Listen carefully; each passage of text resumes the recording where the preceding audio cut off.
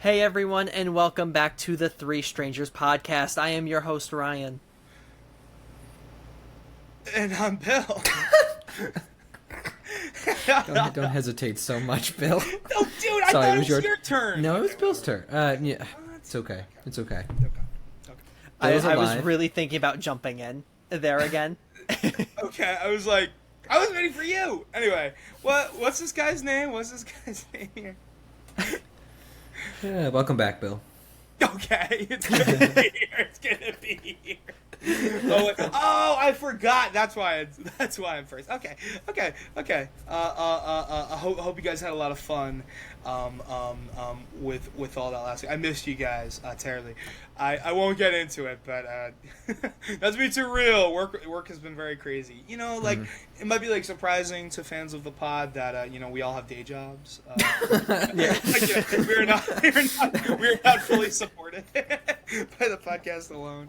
Our Patreon is not quite taken off. It's okay.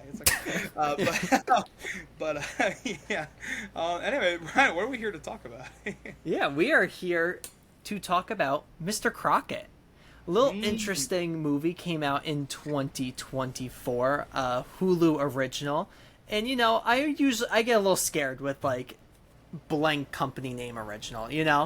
of Netflix original. Fair. I feel like it's a 9 out of 10 times it's a mess. Yeah. But every so often you find a little gem. And not to say that Mr. Crocket is this amazing revelation to the horror genre. It's a good movie. I liked it. I will be so real. You turned me onto it. You were like, "Hey, I think we should do this for the pod." I had not heard a peep about it. I did not know it existed. Same. I did not know it existed. Up until this. So, which I'm gonna just to preview my thoughts. I know you said Ryan. Is a bit of a shame. Is a bit of a shame. I don't know necessarily that many people saw this movie. Honestly, in general, even though so many people have Hulu, right? Yeah. I agree. What do you think, Nick? What was your thoughts when I told you let's watch Mr. Crocket and you first saw the picture or if you watched a little trailer? What were you thinking? I have the same reaction most of the times when you bring up a movie that we've never heard about. I'm always like, all right, what does Ryan have us in store for this time? Most of the time, Ryan's choosing. This is a collaborative discussion for anyone who's wondering, but it's usually Ryan because he's got a lot of the ideas. And then it only took 5 minutes into watching the movie where my reaction was, what is this goofy ass movie Ryan is making us watch? Whoa, really? Okay. Yeah. I think I think the beginning is a little goofy. Mm-hmm. The first 5 minutes. I mean, it's more. I think it's more of a drama afterwards, but the beginning is some of the lines, the imagery, the freaking there's a in the first 5 minutes there's a dinosaur jar. Sorry, that is hard for my speaking. There is a dinosaur jaw that just is a thing that maybe will get explained, maybe it won't. Foreshadow, yeah,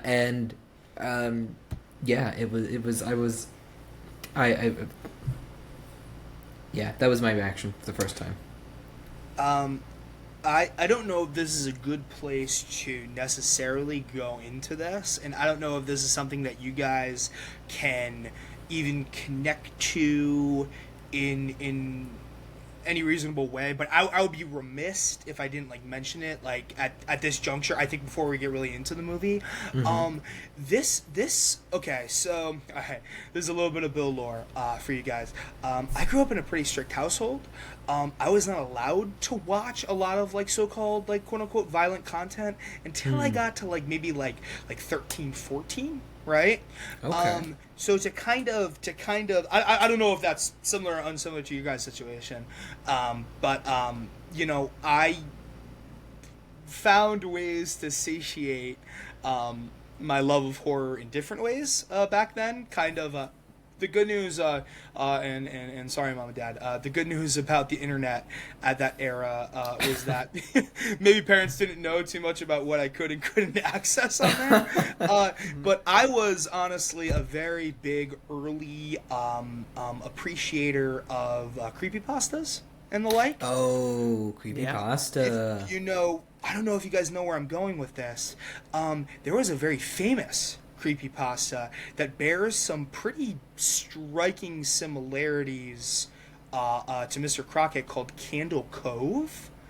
Do you know this? I would say in the realm of creepypastas, it's pretty famous. Such that like I was like doing some research and I typed in like creepypasta children's show. And it was like the first thing that popped up. And there's like there's like a Wikipedia article like on it. Because it was like so like famous at the time. Yes. I'm not gonna go ahead and say that like and I want to be very explicit. Mr. Crockett did not rip off Candle's Cove. However, it is I do wonder if there was a certain zeitgeist thing here. You know, just the idea of like a children's TV show that may or may not have existed. Some people remember it, some people don't. But those that look too far into it or involve themselves too much with it ended up missing or dead or worse. You know. I also just want to say I think we'd be remiss if we didn't maybe talk about like how Mr. Crocket connects into like certain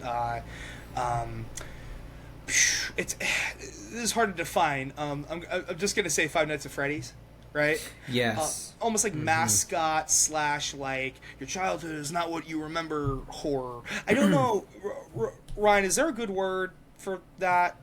Do you know? So, yeah. Well, what I was gonna say is this movie has drawn a lot of inspiration to different things. I mean, a couple of things that has been pointed out is like, "Don't hug me, I'm scared."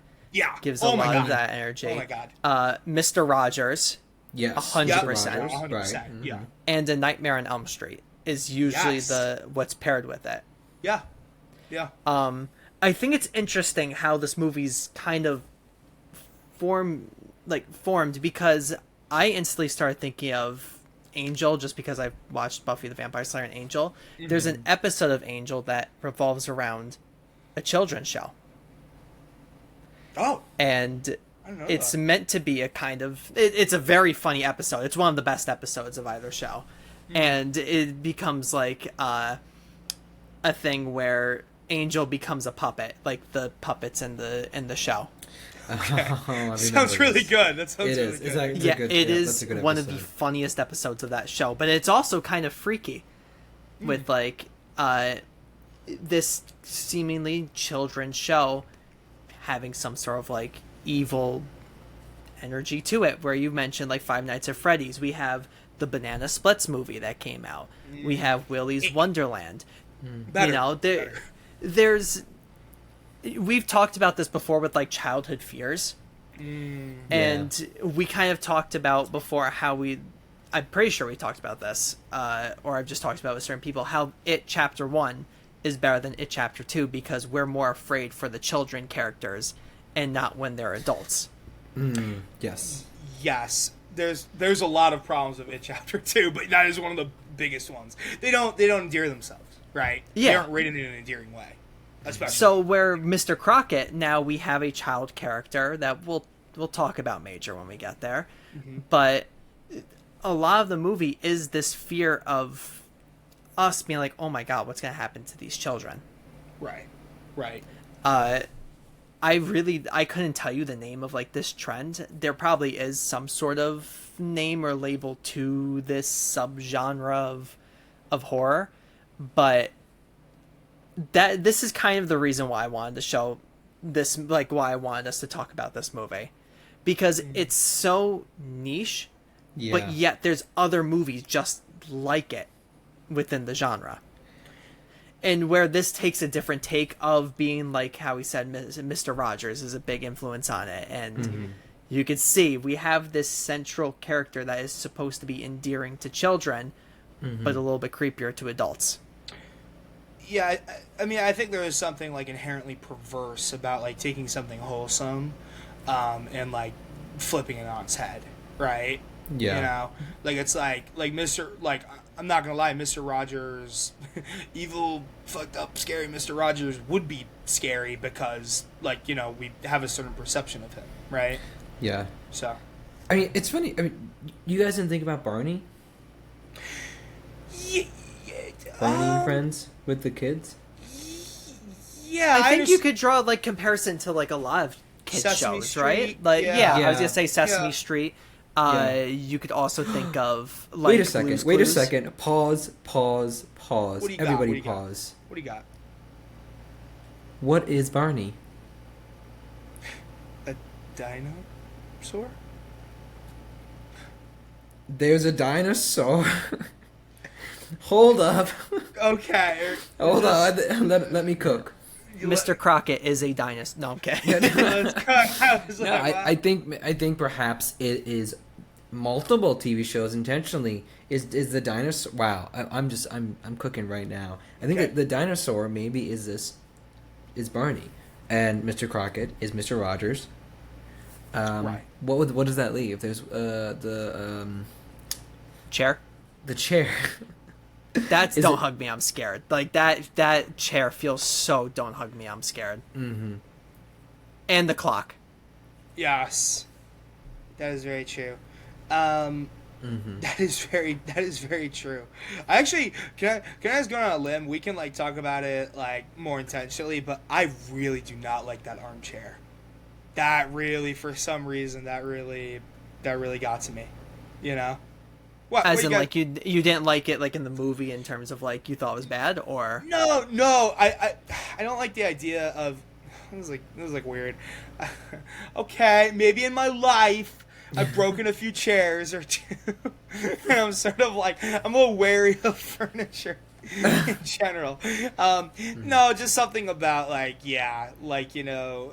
Oh, you know another one. Sorry, not to name more stuff. Bear in the Big Blue House, right? Like almost like that kind of stuff. Yeah. Okay. So if we're calling Mr. Crocket a riff, like almost like a smorgasbord, a perversion of like famous children's media, where does that really leave us, right? Is that working for you guys? You guys find that inherently scary? I think maybe, and part of the reason why maybe Mr. Crocket didn't make as big of a splash as maybe they were hoping for, I think we're a little tired, maybe, you know, of this kind of media. I think we've been, it was something that was revolutionary in like 2015, 2016. We are now almost a decade removed from that, right? So I think Bill makes an interesting point. I think like that maybe explains. Thank you for saying that, because I think that explains what my reaction to the movie was, is everything that we've talked about, but also I think I'm tired of this, and I would say that it goes back even further with just like when we were kids, like, I mean, do you guys hear jokes with like, you know, I don't know, jokes about like these kids' characters being murderous, like I remember for some reason people were convinced that Barney was like bad things were happening with Barney. Yeah. Maybe because it's so innocent. I don't know. Maybe maybe we're inherently getting at something. right, the whole like Barney's on fire thing. Yes. Yes. Do you guys like hear those songs? Oh boy, Barney's on fire. A big one that was actually legitimately traumatizing. I had a very maybe I got to go to therapy for it, but I had a pretty intense parasocial intense parasocial relationship with Steve from Blue's Clues, and when he left, when he had his episode where he's like, oh guys, like I'm going to college, and I don't know, do you guys know the real reason he left the show? He got arrested. No, it's actually even weirder. I had heard that. I think that's an what? urban legend. I think it's an urban legend that he was like facing legal troubles or something. It's because he was going bald, and the producers made a decision that it would just like he wouldn't appear youthful anymore, and that like it was not like testing well. It's actually a little sad. It's actually a little sad, you know. I didn't know that. It was he was asked like, to leave. Yeah, and so he was more or less like they kind of were like, hey, like we'd kind of like to like send you on like a high note, you know. I think he'd also been doing it for like quite a bit at that point, you know. That feels very like The Substance. I gotta Right? say, right You there, know? you know. Also, like, I don't know, like also like really like and like I don't know, solutions exist for that like even back then. I don't know. It is weird, but apparently like he, you know that's like a serious. Anyway, I heard at the time that he like murdered somebody. You know? Yeah, we don't, yeah. at first it was like bad, so bad. Yes. So, and of course, as you know, like whatever, like 5-year-old, 6-year-old me, I was like, he would never do that. Like, you know, but, so it was a lot, but Yeah. So at this point, we're gonna go full spoilers with Mr. Crocket. I didn't mind it. I liked it. I think if this is like the type of content that like you want to watch, like you want something a little bit goofier, but has like a little bit of a deeper message or tries to have a deeper message. This is a good one to watch. It's short, you know, so even if you're not enjoying it, it's short. It is, and it does. I will say that like it. I do appreciate the message that it tried to paint. In the end, the villain isn't actually really evil.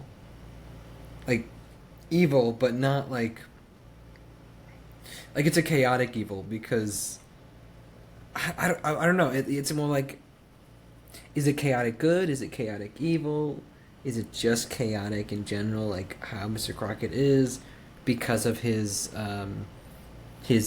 anti-abuse message, which is good. I mean, there is something positive.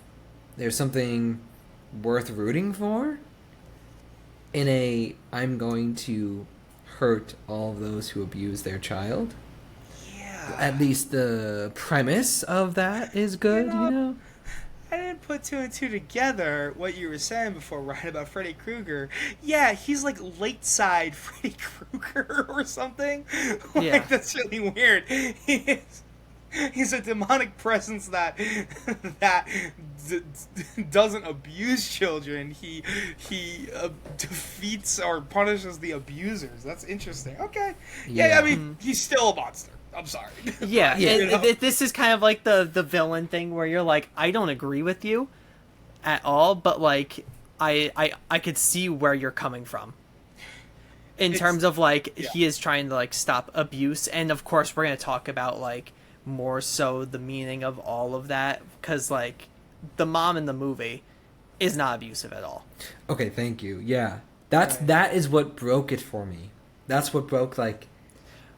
But I think that's the point, like, because Mr. Crocket is so like, this child needs to be loved every single minute, has to get every single thing that they want. Like, you never have to eat vegetables. You never have to deal with like getting hit or like, you know. So there's like the line of when the mom says like, you know, I wish you weren't my like son anymore, my child anymore. That's when Mr. Crocket comes in. Yes, and I think, and I get what you're saying, like because all the other instances we really see are extremely abusive homes, Right. to where when we're jumped into our main conflict, our main characters and stuff like that, we're like, oh, does she deserve that? But that's the point of it. Yeah, I get it, because especially because like, well, here's my question for you guys then. She gets approached by, I forget what the woman's name is, but the first woman who comes out of nowhere to try to quote unquote protect her kid, Major. Do you think she tries to be a good mom because of that warning, or is she a good mom?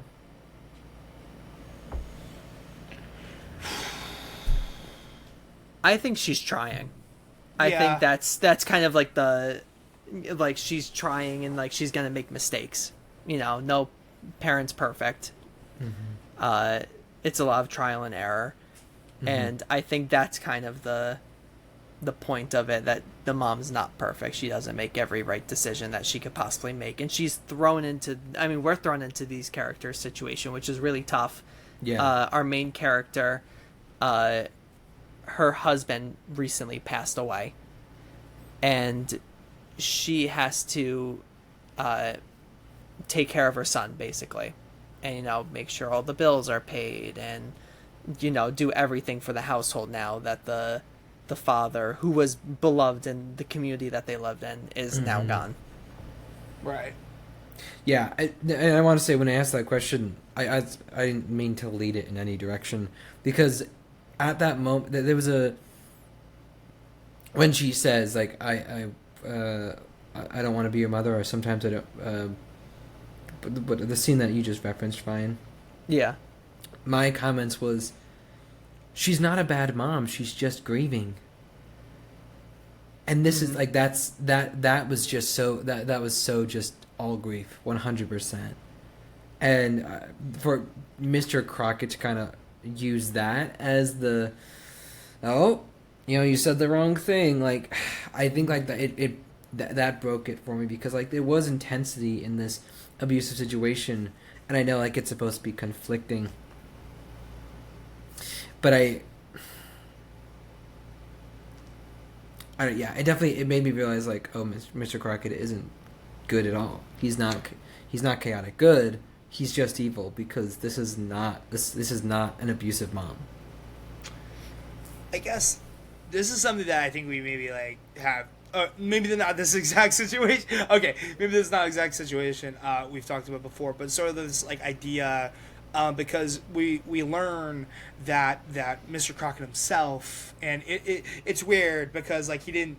I guess there was Emmanuel Crocket, the person who was killed, and then he got kind of like reincarnated as Mr. Crocket, the hypothetical, like he himself was abused as a child. Yeah. Until he got strong enough to kill his father. So this is like a weird situation where the movie is making almost like an argument at its core, like it's talking about like generational trauma, which feels kind of weird. I'm not gonna lie. I think we kind of have this thing that like when movies go for like heavy themes, we're forgiving of them if they do it well, if that makes sense. You know what I'm saying? Like, right? Like, Hereditary. Right, exactly. Or like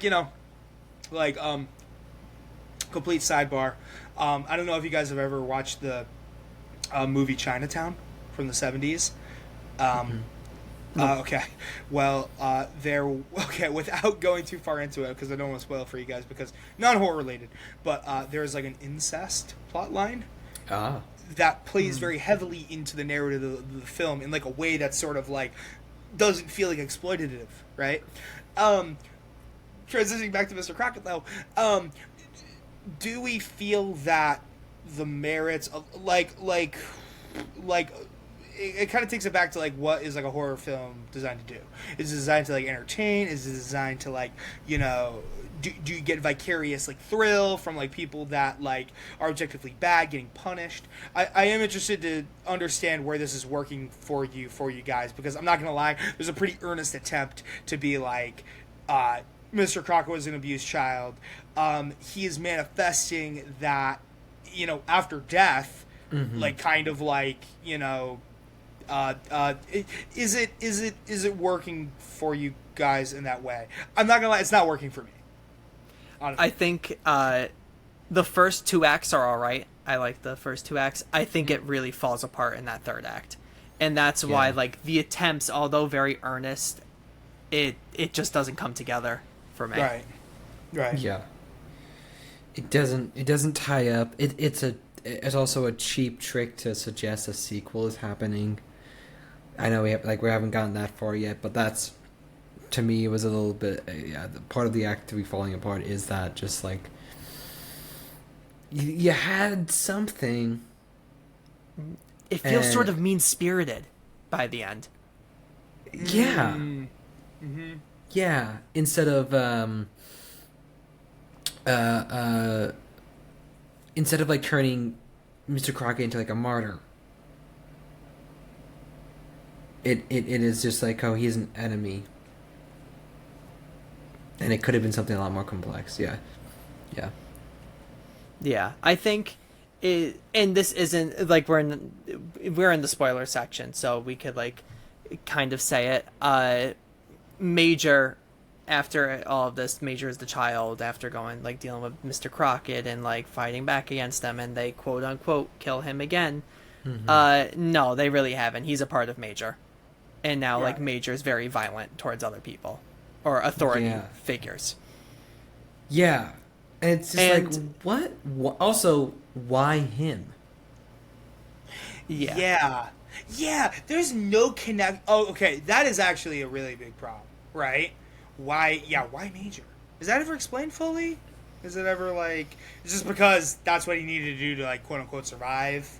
Like he was like, oh, I'm defeated. Oh, psych. Like, you know. Yeah, and is it like the trauma of like Major being the one to kind of kill him? Like that's the issue with that I have with this movie. The third act just kind of falls apart. There's great performances. I mean, Mr. Crocket, the actor who plays him, is phenomenal. Yeah. A standout role. But it just, by the end, it feels a little mean-spirited. And I don't mind when a movie has a sad or, like, quote-unquote, the bad ending. You know? Like, we talked about Eden Lake. It's not a bad movie because of how it ends. No. Because I think what it suggests in the end is still on theme with the movie. Like the discussion, the time period that it was inspired by, it's still it wasn't a happy ending because it wasn't based on something that was happy. Yeah. And which is why and it haunted us. But yeah, it doesn't justify. I think the mean-spiritedness is not justified either. The mean-spiritedness of Mr. Crocket? The mean-spiritedness of... Generally, Mr. Crocket. Mr. Crocket like the movie, but not Mr. Crocket the character, because that's justified. They give a justification for him. Well, it's like interesting because I'm not gonna lie. Sorry, what is carrying me through this film is like the character motivations of like, I guess, like whatever you want to call it, like the spirit, like the entity of like Mr. Crocket, right? Both as he was, because we kind of have like three Mr. Crockets, I guess, like the real actual like human being Mr. Crocket, the demonic, you know, remanifestation of Mr. Crocket, and now this like implied post that, you know, where he's like somehow become like a part of like Major, which, yeah, by the way, not how I would have ended. I don't know. What's lamer, like, you know, like, oh, like, you know, you guys have defeated me, like, you know, and then like it's like, I don't know, like the TV flickers back on when nobody's looking. That would have like, I'm like, you know, I would have like I literally, oh god, that is so trouble. No. No, and then it's like guys, we defeated him, thank goodness. And then like it's like somehow it's like you know, like, or it's like theme song starts playing again or something. It's that would be like, it. Fuck off. That would be like the Five Nights at Freddy's thing. Yeah, this is like dollar store, like, you know, like fair, like, you know, at that point. But I think it's interesting. I'm not gonna lie, and this is just maybe where I'm meeting this movie at. What's carrying me forward is the main character of Mr. Crocket. I'm kind of interested in his story, more so than the story of like, because we've already kind of agreed that this isn't like an actual like intensely abusive like household per se, and like sorry, I don't mean to speak authoritatively. Like I mentioned my parents were strict. They weren't abusive. You know, I did not fear in the way that you know, many people in this, you know, circumstances are made like to feel, like as we see like depicted in like the movie and everything. But what I will say is that I do find Mr. Crockett as like a character. There's a lot going on. One of the most disturbing scenes for me in the movie, and maybe disturbing is not the right word, but when he is doing his early access, early public access show sequence. You guys know what I'm talking about? Yes, That's and all he that like, work. yells at the like the PA or something, and then Yeah, they're all very low is budget. still yeah. Right. Oh, Yeah. yes, yeah. Well, I was specifically talking about the hand mashing Oh. Yeah. thing. Yeah. Like, is that ridiculous? You know? Yeah, I feel like it's I like don't ripped off of like maybe not ripped off. No, yes, I know what you're talking about. When he's like hammering himself while he's Yeah. doing. I mean, I think So- it's maybe descent into madness. Is that what Well, he's it's insane, supposed to? right? Yeah, yeah. That's like it's like I don't. Sorry, and like Nick, I know we often rely on you as our resident psychology expert here, but is there such a thing as like having like is this a respectful portrayal of somebody with like extreme like issues of child abuse in like the early life? Like can you like lose grip on reality based on like abuse? Like I don't know. Yeah. I don't know. Oh much. yeah. There Okay. is there's dissociative identities that could be formed. There are, I mean, psychotic breaks per se that could happen in a variety of ways, and the self-harm part of what we see, him hammering himself like bludgeoningly, sure, I think that could be what they're going for there as well, but I don't know. It definitely shows his battle, because I focus more on just like how he's talking to himself out of that, right? He like walks back in the set, he flips out the camera guy,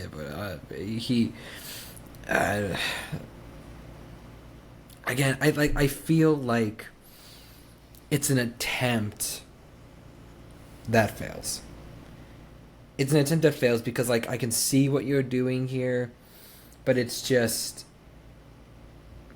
too exaggerated, and I can see why it's creepy, but then it's kind of like, oh, I think the whole like breaking of the fourth wall when he like walks away and like walks out of set, like it's almost like reminiscent of what's the broadcast? What's the broadcast footage show? The British.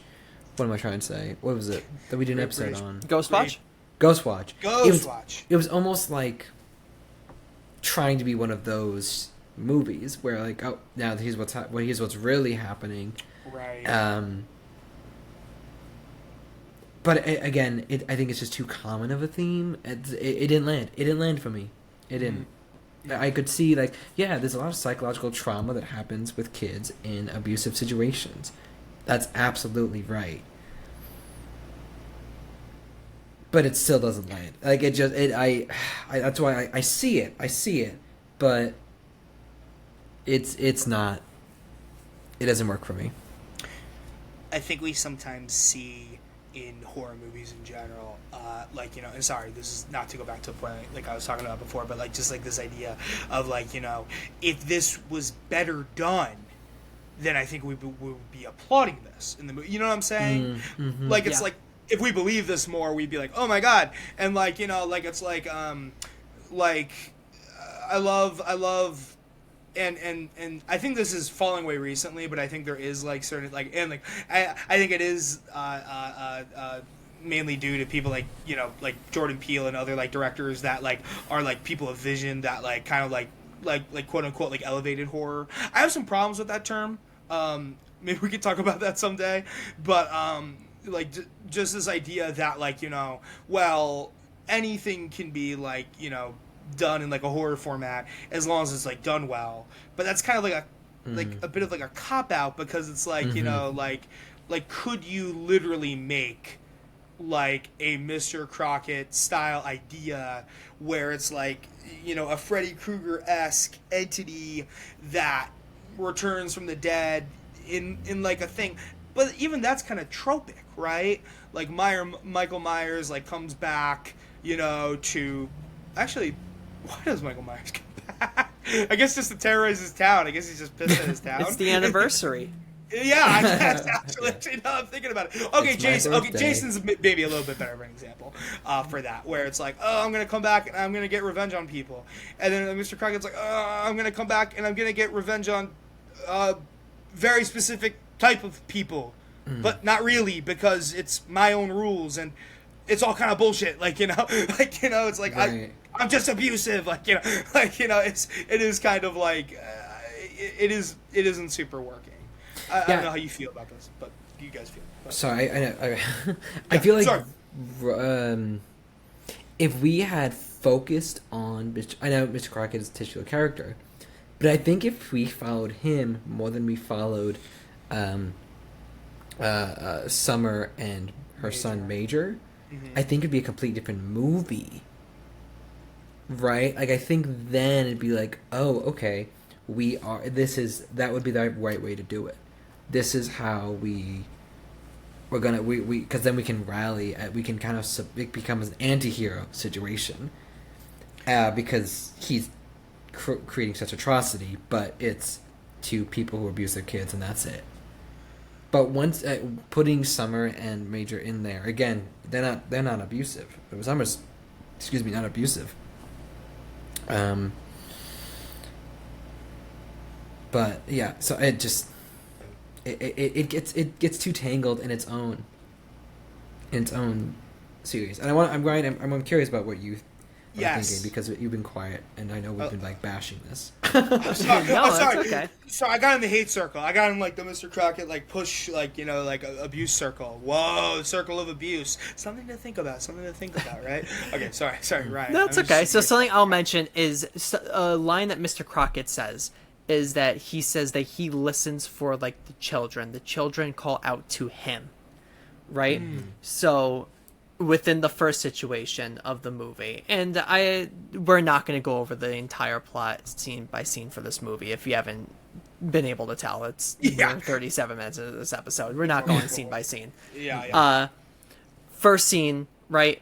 We're dealing with like the food and stuff like that, eating the kid eating their vegetables, and the stepfather is like screaming, yelling, and then that's when Mr. Crockett makes his jump, right? So that's the first. Yeah. The second one we see is with the girl watching TV in a room and the father is doing drugs and like could shooting potentially could potentially overdose, abusive parent. The third situation we see then is the main characters with Summer and Major, and it's right after Summer says like, I don't want to be your mother anymore, right? So now if we're putting this into the perspective now of her son, right, what would he be thinking in this moment?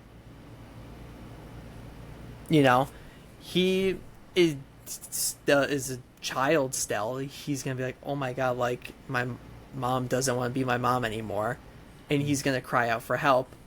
Boom, insert Mr. Crockett coming in as now a father figure for him, because he just lost his father.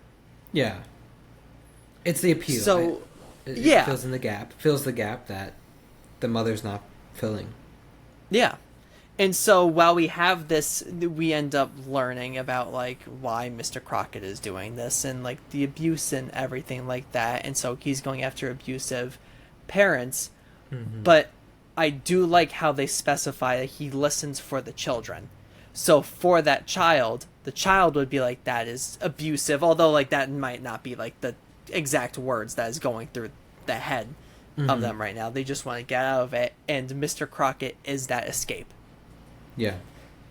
Kind of like you guys know the meme of like it's like my parents during the recession in 2009 and that's like me playing Rasputin Just Dance like in the other room. Yes. You know, so that's think of Mr. Crockett as Just Dance. Like he is the escape for these kids and not in a bad situation. I mean, in 2009 the recession, not every single parent was bad. It was something going on. Like there's context behind it, and maybe they couldn't afford a new gaming console, or they couldn't buy gas to be able to bring you to the front, you know, something like that, where a child is gonna be like, oh, my parents are the worst, like they won't let me do this. Yeah. It's the perception of the child. Whoa! Yes. Interesting. Okay. So, and I 100% agree with you guys in terms of like, it doesn't come together, and that is the issue of this movie. It doesn't come together.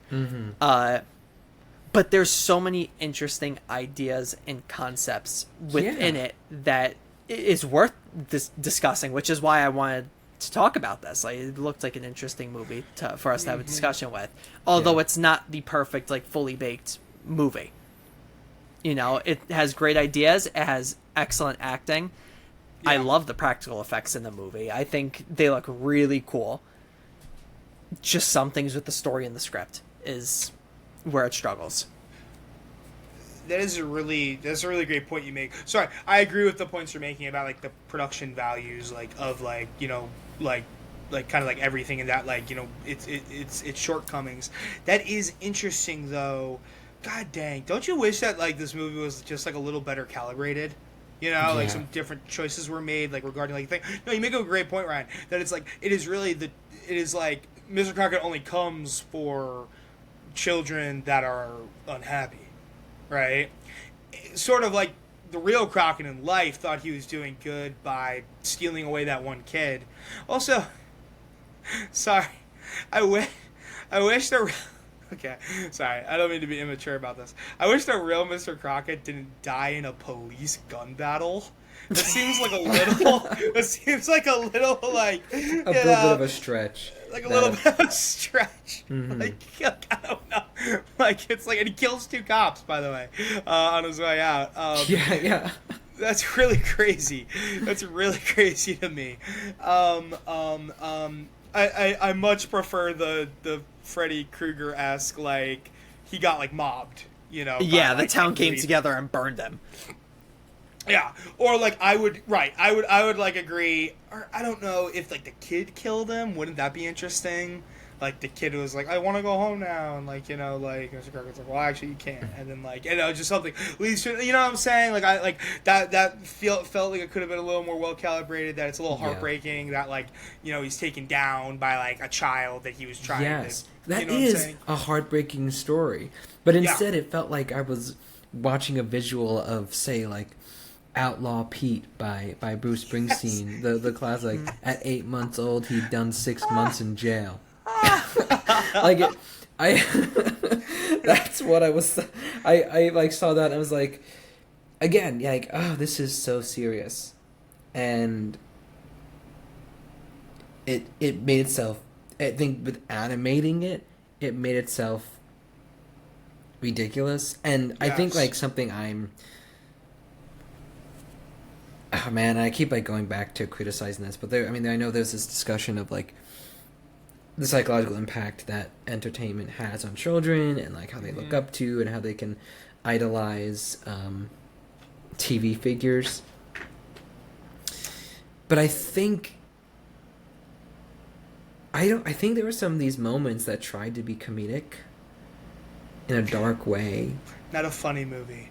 And no, I think if they just kept with the darkness of it, I think it really could have been what they were looking for. What they probably created the movie for, to say, I feel like that it could have been conveyed. It's interesting because, like, this movie is not a dark comedy, right? It's not a dark comedy. Mm-hmm. It's not very funny, right? And it's like, there's even, like, you know, like, horrific elements where there's, like one-liners or like funny situations that are like, you know, almost like, you know, just like the situation itself is like one of my favorite, like, honestly, like, horror tropes is when like the situation itself is so impossible, right, that like almost for like a moment the character is like, this is ridiculous, like, you know, that like I am like this is like happening to me, you know, one of those kind of things. And like even that, like, I don't really think was particularly, like, you know, well done here. Not that they really tried for like stuff like that, but how do you weigh in on that, Ryan? Do you think that the humor worked? I think Mr. Crocket as a character, when he is funny, I'm like, okay, like this fits like the personality that he is trying to be, and there is the points of like he's not funny, like, but that's the, you know, he's kind of cringy, and that's like his whole shtick. I agree that it's not a dark comedy at all. It's just, it's such a, that's, and we keep on saying this is the issue with the movie. It doesn't come together. There's so many ideas that are like, yes, that's very cool, but they're all kind of half-baked, or they don't have the good payoff that we want for them, or just something never adds up with anything. So yes, Mr. Crocket is funny. He could be, like, he is the source of comedy through a lot of these scenes. It is meant to be a little bit dark, some of it, like the whole entire scene with like the father that is like doing drugs. You know, there is some comedy that is thrown into that scene when it gets extremely dark. You know, in terms of how Mr. Crocket decides to kill off that parent. Doesn't always work. Yeah, I mean, that's kind of Mr. Crocket for you guys. Great acting, all around great performances. I cannot stress enough like how great Elvis Nolasco is as Mr. Crocket. Yeah. That is like a perfect casting. Yeah. I'll admit I did not know Elvis from anybody. I understand he's like a TV guy. Yeah, he's like a dramatic TV actor. Yeah. Yes. Yeah. Godfather of Harlem. Yeah. I think he was like on some other true crime show or anything. Yeah. No, I mean, I think he worked well. He was probably the best. Like, that worked the best out of anything like in this like thing. Which, I mean, that would be really bad if you didn't give a fuck about Mr. Crockett, or you didn't think that like it was well acted, right? Yeah. But yeah, no. Small choices, I think, really could have put this over the top. I don't know if we're ever going to cover it. I am, in some ways, it's really hard not to compare parts of this with, oh gosh, you mentioned it before, Ryan, sorry, the Nick Cage movie. Willy's Wonderland? Willy's Wonderland. Not so far that, like, it is like, I mean, Willy's Wonderland, if we're being very real, owes a shit ton to like the concept of like Five Nights at Freddy's and stuff, but it's just adult characters interacting with, you know, it owes like a lot to that. But I mean, I guess the one thing I could say for like Mr. Crockett is that it is trying to be like its own thing by making itself an amalgamation, which is kind of interesting. You know, all these things are strangely familiar to us, right? We kind of mentioned it before, like, you know, you know, he's kind of like Mr. Rogers, he's kind of like Freddy Krueger. There's, you know, stuff in his pocket dimension that reminds us of Bear in the Big Blue House, and like, you know, like it's like, you know, it is weird. It requires a certain level. I think Mr. Crockett is best enjoyed by people that have a decent amount of, you know, children's media literacy, which is weird to say, you know. But I think it is targeted at us. I did get that impression. So yeah, there's also there's a 2024 film called Harold and the Purple Crayon that like takes there is this same. Ryan just like face palmed. He's like, I'm sorry, that's a horror. That's a horror movie. No. Okay. Well, it does have Zachary Levi in it. So. Oh, dude, that guy sucks. Oh, we'll talk about it. So, I don't know. We don't have to talk about Zachary Levi. Yeah, Zoe Deschanel too. Oh, really? Oh. Well, yeah, okay, she stars in it. But no, it's guys, I'm back in. Girls in it. Wait. 500 Days of Summer, wonderful movie, charming movie. Wow. Anyway, where was I going with that? You know, that idea, the crayon that can paint, that can do whatever it wants to be. You know, you can sketch whatever you want it to be, and it comes to life. Yeah, so much. So much. I mean, I don't want to say unoriginality. I know I know, like, I think a film way to say it is so much borrowed from other media, but still, even the magic marker could not work its magic in this one. I guess that was my letterbox review. Shoot, I think I accidentally just said it. Wow. That's all right. All right, there we go. So what's our one sentence review of this movie? One sentence review. Oh, okay. You go, Ryan. I need thinking time. Yes, I got you. Okay. All right. So I'll go a little bit more serious with this one. We're gonna go with, though the performances are very good, it is unfortunately baked. Kind of like how Mr. Crocket ends up becoming by the end of the movie, which is half baked. All right. So, hey, Ryan, that was a really good example of, like, humor that maybe just didn't quite work. Yeah. How meta. Sort of like the movie. That was the entire point. Ryan's a genius. Wow. When you really think about guys. it, you know. It's Thank like, you. like, When you think no, about it. It was good. It was really good. All right, this is gonna be okay. I'm gonna make up the second half on the fly. Well, non-horror fans might not find themselves tuning into Mr. Crocket. Fans of the genre will find that there's enough here for them. I'm sorry, I couldn't end it in a pun. I'm sorry, guys. I'm sorry. It's okay. Okay, I would say ultimately, like, this isn't gonna turn a non-horror fan into a fan. This isn't a great demonstration of what the genre can do. So, yeah, I agree. Like, I gave it, I think, 3 stars on Letterboxd. I think it's better than, like, mid. So mid would be 2.5. Would mid be 2.5? If I guess mid is true. Oh, middle of 2.5. Never mind. Yeah, 2.5 times 2 would be 5. So yeah, I guess that would be mid. Sorry, good math from me. Yeah, like, if I were to, like, give this, like, out of 10, this would be like a 5.5 probably for me. Okay. So I really can't do that on Letterboxd since it's out of 5. So that's why I was like, I'll round up. I'll give it the 3rd star. I like the extra half a star. Mm-hmm. What really upsets me about Letterboxd is its rating system. Yeah. I actually, and I don't know if I've talked about this before, but my favorite rating system of anything is Anthony Fantano's Needle Drop. I do rating. love his rating system. Where it's like strong, weak, true, like a thing.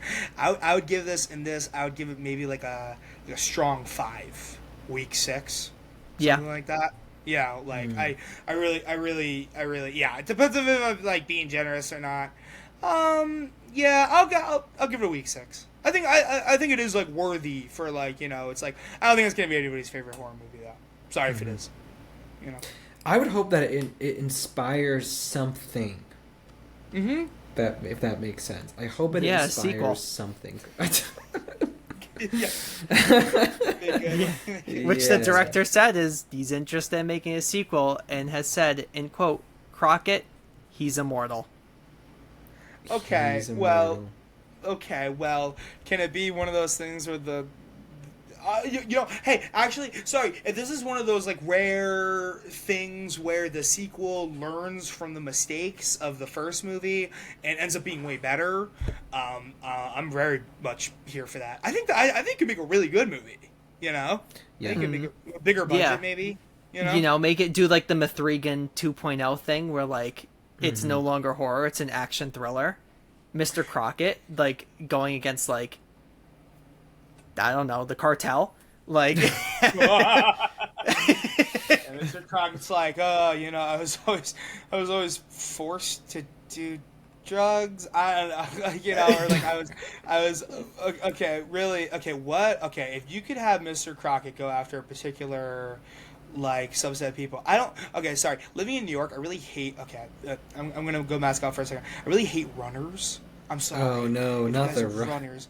I would be. It would be. I would send them. I would send. You know, Mr. Crockett could like live as like I don't know, like some sort of like health and wellness like wearable or something like that, and then you would like suck them into their pocket dimension where you can Yeah. like, run forever or something like that. Yeah, I don't know. Maybe I'll get into running and Wow, discover Bill's got a that. vendetta for runners.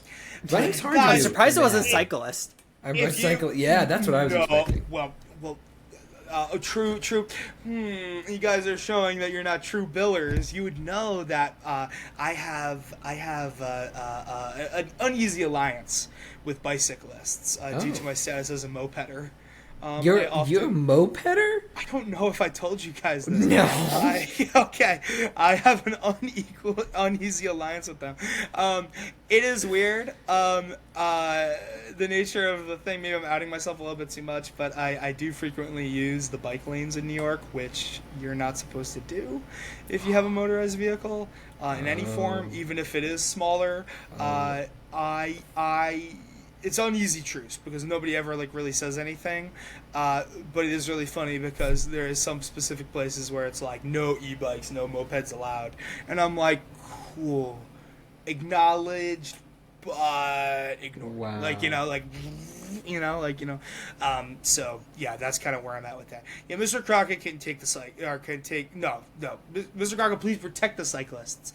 Please protect the cyclists by getting rid of the runners. There we go. Give us Mr. Crockett on a bike or moped Okay, Mr. Crockett on a killing moped. people who are running. Wow. I'm imagining like some sort of like situation like this would be like my evil like Mad Max thing where he's like taking like a pipe to like the back of their like legs or something, and like maybe it's like a powerful lesson where it's like they get to live but they can't run anymore because they got like bones broken and stuff. I don't know, guys. This is Yeah, just me but then spitballing. it becomes like the comedy of this movie, and he goes like, "Get piped." Like, Okay, You well, just got see? fired. yeah. Okay. Why? And that goes back to like, why make this try to be funny? Like, it was like, don't gab like that. Like, what? Because like in the beginning, the first 5 minutes, you're like, oh, this is gonna be a fucked up movie. This is gonna be real funny, real dark, but like, yeah, like, because the whole like, why don't you eat your food now and shove it down the whole plate and everything, and then like it's like, oh, this is funny, and yeah. Whew, sorry. I guess I'm a little angry. I guess this movie made me a little angry with such a serious topic. What's it? Yeah, definitely chill out, Nick, please. And on that note, We're just talking about violently hurting people. Chill out, Nick, please. For legal purposes, neither Nick, Ryan, or Bill want to hurt anybody. We don't want to kill anybody. We don't want to hurt anybody. We love people. Yes. yeah, it's Mr. Crockett. Mr. Crockett, Yes. he's inside of us. It's not us. Yeah. Mr. Bill Kit really wants to hurt runners, but Mr. Bill loves them and hopes they have a fun time on the streets. Yeah, but okay, there we go. This is like, can we get legal to Get legal? look over a copy of this? And on that note, Yeah. thank you everyone for listening and watching. Thank you, Bill and Nick, for being here. It's always a lot of fun having you guys on. Next time, we will be talking about my favorite movie of all time, Suspiria, 1977. So good. I remember watching that with you for the first time, Ryan. I don't want to prolong things, but yeah, no, that's good memories. Such good memories. Such good memories. I love this movie. It's so good. Great movie. And all the movie nights that we did. We all, know, we'll talk about like the summer, like getting together, something that we to. can. Oh my god. We could do. Wow, all of us in the same room. Can you imagine? Wow. Can you imagine? All of us in the same room? Imagine Crazy. us all Do you guys remember all of us in the same car? Something- Yeah. Yes. Yes. Sorry. I'm saying all of us in the same room, like we're gonna have to like fly out or something. Like it's Well, not even. Yeah. Okay. I mean, Anyway. Well. It'll we'll be like figure- all of our knees are touching right now. guys, live podcast. Maybe we could do a live podcast recording inside a movie theater, and everybody will wonder like, what the fuck? Are these annoying people won't shut the fuck up during the movie. And it'll be for weapons. Like we'll do it for weapons. live reactor weapons. like an alien, yeah, like a very like quiet, like stay quiet, like atmospheric horror movie. We're like I just don't agree with all the choices being made here. Like it's like a megaphone, like Yeah, God, this kid actor sucks. We have like a boom mic. It's like, yeah, this child is really taking me out of it. And like, it's like, yeah, I would say that the audience here is pretty annoying. I think this movie has been a real big crowd pleaser. What do y'all think in the back? Yeah. So we got some live. Hey, sorry everyone. We're like halfway through the movie. Like, We're gonna be like, have you seen the video of like the guy? He's like, I'm not gonna do it, and his girl's like, dude. He's like, I'm not gonna do it, and then he's on stage. He's like, tonight we're going to steal the moon, and the camera pans to the audience. Someone goes, shut the up.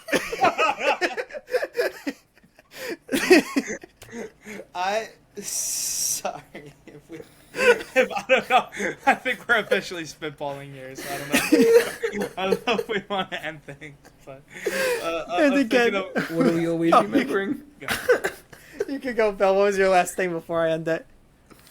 My last thing? Yeah. Your next last thing. No, I'd rather. I'll keep the sanctity of the podcast. Okay. Save it. I don't know. Maybe we could tweet it or something. I don't know. But anyway, okay. All right, but on that note, always remember, if you're running a marathon, don't be near Mr. Bill. Mr. Billkit. Bill Mr. Kit. Billkit. Bill Kit. God damn it! Bye, everyone. See ya. See you guys.